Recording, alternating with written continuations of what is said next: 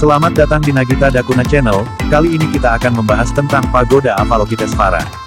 Pagoda Avalokitesvara merupakan salah satu bangunan dengan kultur budaya Tionghoa yang dijumpai di Semarang. Daya tarik dan aktivitas di Pagoda Avalokitesvara. 1. Menjelajah bangunan megah Pagoda Avalokitesvara. Pagoda Avalokitesvara Vihara Buddhagaya Watugong merupakan pagoda tertinggi di Indonesia, yang mana telah disahkan MURI pada tahun 2006, sebagai pagoda tertinggi dan teranggun.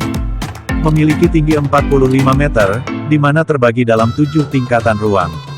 Tidak ada satupun orang yang diperbolehkan masuk ke dalam tingkatan pagoda ini. Pagoda Avalokitesvara juga dikenal sebagai Pagoda Dewi Kuan Im, karena di setiap tingkatan ruang terdapat patung Dewi Kuan Im yang menghadap ke 4 penjuru. Pada pagoda, dilengkapi dengan hiasan dan ornamen unik khas negeri tirai bambu. Di dalam pagoda terdapat patung Bodhisattva Avalokitesvara berukuran raksasa, serta 30 patung pemujaan. Dan spesialnya, pagoda dan seluruh interiornya menggunakan bahan bangunan yang diimpor dari China. 2. Jejak sejarah Pagoda Avalokitesvara. Komplek Wihara Buddhagaya Watugong ini merupakan wihara pertama di Indonesia. Dikatakan pertama karena berdiri setelah keruntuhan Kerajaan Majapahit, dan mendiami lahan seluas 2,5 hektar. Lahan ini sebagian merupakan milik seorang dermawan asal Semarang bernama Goei Tuanling. Goei Tuanling menghibahkan sebagian tanah miliknya untuk dibangun tempat ibadah ini. Pelopor dari Buddha Dhamma di Indonesia adalah Bhikkhu Asin Jinarahita. Tentu saja tidak sendirian, melainkan bersama Goei Tuanling, sang dermawan itu. 3. Menjelajahi setiap sudut pagoda. Pengunjung diperbolehkan masuk ke dalam pagoda, tentunya hanya di lantai 1 saja. Pengunjung juga diharuskan melepaskan alas kaki untuk menjaga kebersihan. Dan tentunya harus tetap tenang, karena ada umat Tionghoa yang melangsungkan ibadah. Setelah menapaki anak tangga, pengunjung akan dihadapkan pada relief hewan yang harus diinjak. Relief ini berbentuk ular, babi, serta ayam. Relief di pintu masuk ini sengaja dibuat di lantai supaya dapat diinjak. Hal ini mengandung arti bahwa ayam merupakan lambang keserakahan, babi lambang kemalasan, serta ular lambang dari kebencian, sehingga pengunjung harus menginjak relief tersebut. Diharapkan dengan menginjak relief tersebut, pengunjung dapat meninggalkan sifat buruk ketiga hewan itu.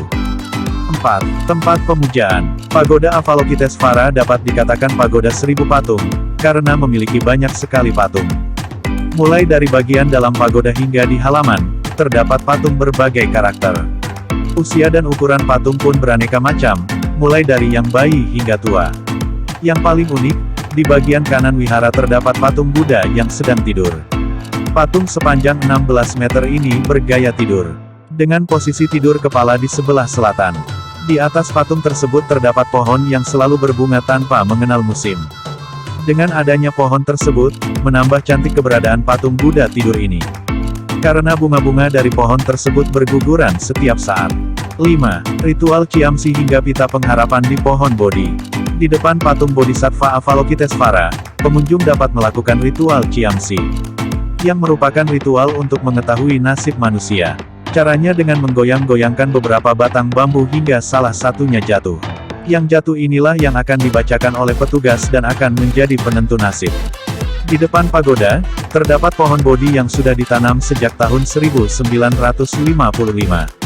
Yang mana merupakan cangkokan pohon dari Anuradha Vihara dari Sri Lanka. Pohon Bodhi sendiri merupakan tempat Buddha Siddhartha Gautama mendapatkan pencerahan.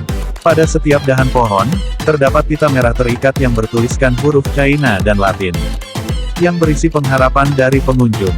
Tarif tiket masuk Pagoda Avalokitesvara yaitu setiap hari gratis. Tarif menuliskan harapan di Pagoda Avalokitesvara yaitu Rp10.000. Jam operasional Pagoda Avalokitesvara yaitu setiap hari dari jam 7 pagi sampai jam 9 malam. Selamat berlibur, sampai jumpa di video selanjutnya, terima kasih.